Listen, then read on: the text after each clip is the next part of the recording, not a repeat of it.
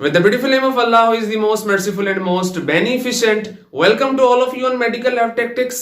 आज की वीडियो में मैं आपको बताऊंगा कि आप कैसे हाई यूरिक एसिड लेवल को अपनी बॉडी में कंट्रोल कर सकते हैं। कि आपकी बॉडी में जो यूरिक एसिड का लेवल नॉर्मल से बढ़ जाए तो कैसे आप उसको कंट्रोल कर सकते हैं, किस डाइट को यूज करते हुए आप उसे कंट्रोल कर सकते हैं, हम लैब्स में कैसे इसे डिटेक्ट करते हैं और इसके सिम्टम्स, इसकी वजूहात क्या हैं, कैसे पता चलेगा कि आपकी बॉडी में जो नॉर्मल यूरिक एसिड की वैल्यू है वो बढ़ गई है। So before start up we will see what is uric acid. जब हम यूरिक एसिड की बात कर रहे हैं, यूरिक एसिड असल में है क्या?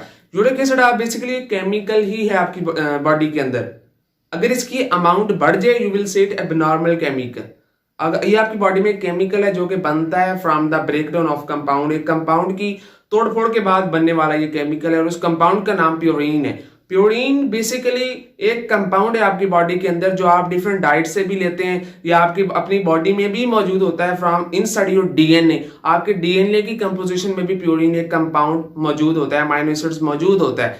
ये प्योरीन आप डिफरेंट डाइट से भी आप यूज करते हैं। For example you are going to use, आप बीन्स यूज कर रहे हैं ज्यादा से ज्यादा, आप अल्कोहल कंजम्पशन काफी ज्यादा कर रहे हैं, आप मशरूम्स का यूज सबसे ज्यादा कर रहे हैं, तो उनमें प्योरीन्स का लेवल ज्यादा होता है। जब भी आप चीजें यूज करते हैं, ईट करते हैं, तो आपकी बॉडी में जो फिर प्योरीन की अमाउंट है वो नॉर्मल से बढ़ जाती है। जब प्योरीन की अमाउंट नॉर्मल से बढ़ जाएगी तो आपकी बॉडी उसकी ब्रेकडाउन करवाएगी।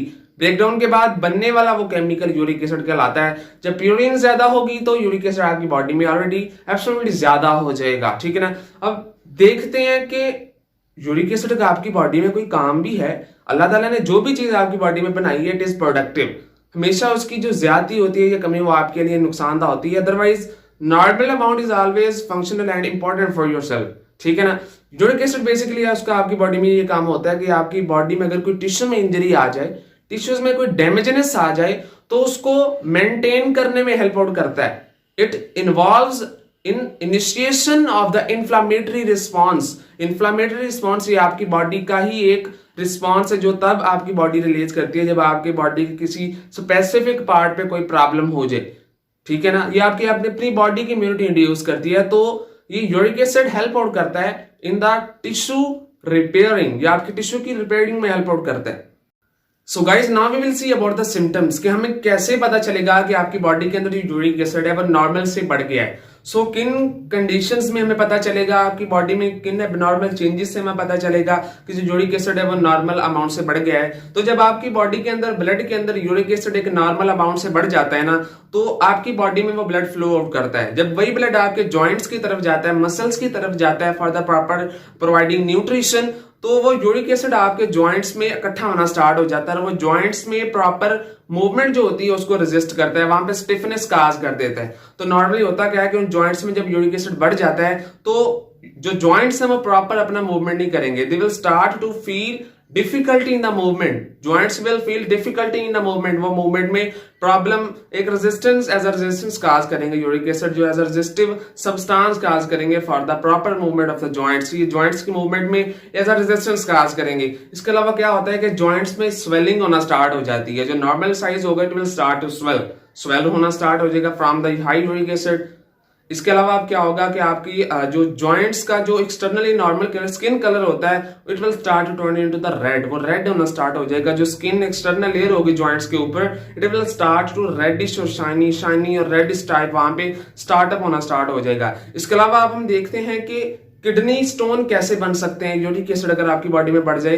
तो जब यूरिक एसिड आपके ब्लड में बढ़ जाता है, ब्लड फिल्ट्रेशन के लिए किडनी के पास जाता है, तो किडनी में जब प्रॉपर फिल्ट्रेशन नहीं हो पाती due to high level of uric acid, तो वो यूरिक एसिड किडनी में एज अ इकट्ठा होना स्टार्ट हो, जिसे आप स्टोन्स का नाम देते हैं। तो वो किडनी में एज अ स्टोन काम करते हैं, जिसे आप uric acid crystals, uric acid stones का नाम देते हैं, तो वो किडनी स्टोन हो जाते हैं। सो ऐसे ही इन वजूहात से हमें पता चलेगा, इन साइंस से पता चलेगा कि आपकी बॉडी में जो यूरिक एसिड है वो नॉर्मल से बढ़ गया है। अब डाइट से हम कैसे कंट्रोल कर सकते हैं, how we can prevent high uric acid from your body. Body से हमें कैसे, अगर एलिवेटेड लेवल है, हाई लेवल है, उसको कंट्रोल कैसे किया जा सकता है। तो डाइट में सबसे पहले आप सिट्रस फ्रूट्स यूज करेंगे। जितने भी खट्टे फ्रूट्स होते हैं वो आप यूज करें, सीजनल जितने भी आपके सीजन में वो यूज होते हैं सिट्रिक फ्रूट्स वो आप यूज करें। स्पेशली आप लेमन यूज ज्यादा से ज्यादा, क्योंकि लेमन जब आपकी बॉडी में जाता है तो कैल्शियम कार्बोनेट आपकी बॉडी में बनना स्टार्ट हो जाता है ज्यादा अमाउंट में। तो वो कैल्शियम कार्बोनेट क्या करता है कि जो आपकी बॉडी में ऑलरेडी ब्लड में यूरिक एसिड मौजूद है उसको न्यूट्रलाइज करने स्टार्ट कर देता है, उस एसिडिक सब्सटेंस को न्यूट्रलाइज करना शुरू कर देता है। Uric acid will start to reduce when you will use lemon juice। इसके अलावा आप पाइनएप्पल यूज कर सकते हैं, स्ट्रॉबेरी यूज कर सकते हैं, specially because it is a good source of vitamin C. Vitamin C आपकी बॉडी में प्यूरिन के लेवल को रिड्यूस करने में हेल्प आउट करता है। तो जब प्यूरिन ही कम होगी तो uric acid absolutely normal amount में ही आपकी बॉडी में होगा। तो these are some of the diet conditions कि किन डाइट्स को फॉलो करते हुए आप यूरिक एसिड को आपकी बॉडी में कंट्रोल कर सकते हैं। लैब्स में हमें कैसे पता चलेगा कि हाँ भी यूरिक एसिड आपकी बॉडी में बढ़ गया है? तो लैब में रूटीनली हम दो तरह के टेस्ट करते हैं, from the blood test and from the urine test. आप इसे ब्लड से भी चेक कर सकते हैं, आप इसे यूरिन से भी चेक कर सकते हैं। ब्लड में सिंपली आप ब्लड से बायोकेमिस्ट्री डिपार्टमेंट में डिफरेंट केमिकल्स यूज करते हुए इन क्रिस्टल्स को चेक कर सकते हैं। नॉर्मली आपके ब्लड के अंदर 3.5 टू 7.0 की अमाउंट में यूरिक एसिड मौजूद होता है। अगर इससे बढ़ गया तो अलार्मिंग साइन, इससे कम हो गया तो अलार्मिंग साइन। बिकॉज मैंने बताया ना कि यूरिक एसिड का भी आपकी बॉडी की टिश्यू रिपेयरमेंट में काम है, लेकिन जब वो नॉर्मल अमाउंट से बढ़ जाएगा तो वो आपके लिए डिस्टर्बेंस काज करेगा। इसके अलावा second fluid from your urine, आप यूरिन से भी यूरिक एसिड के लेवल को चेक कर सकते हैं। जब आप यूरिन की स्लाइड बनाएंगे लेबोरेटरीज के अंदर तो लेबोरेटरीज की स्लाइड में, यूरिन की स्लाइड में आपको डिफरेंट तरह के यूरिक एसिड क्रिस्टल्स नजर आएंगे। सो ये क्रिस्टल्स यही बताते हैं कि आपकी किडनी के अंदर किसी तरह का कोई स्टोन है, that is uric acid stone, uric acid crystal. So these are the detections of high uric acid in your body. इन टेक्निक्स को, इन blood test and urine test से पता चल जाएगा कि हाँ भी यूरिक एसिड आपकी बॉडी में नॉर्मल से ज्यादा है। नॉर्मली आपकी बॉडी के अंदर, आपके यूरिन के अंदर यूरिक एसिड नहीं आता। जब आपकी बॉडी में यूरिक एसिड बढ़ जाएगा तो फिल्ट्रेशन में एज अ फिल्ट्रेट वो आपकी बॉडी से बाहर निकल जाता है। तो वो यूरिन की स्लाइड में आप चेक करेंगे, अगर आपको यूरिक एसिड नजर आ रहा है, so it's just a alarming sign of the stone that is present in your kidney.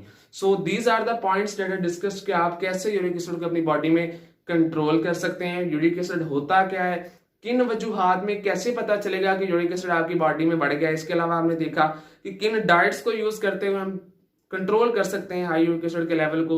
Laboratory diagnose के बारे में बताया कि कैसे लैब्स के अंदर आप हाई यूरिक एसिड लेवल को चेक कर सकते हैं, फाइंड आउट कर सकते हैं। So thank you so much guys. Have you any question related to about the uric acid, you can ask me in the comment box.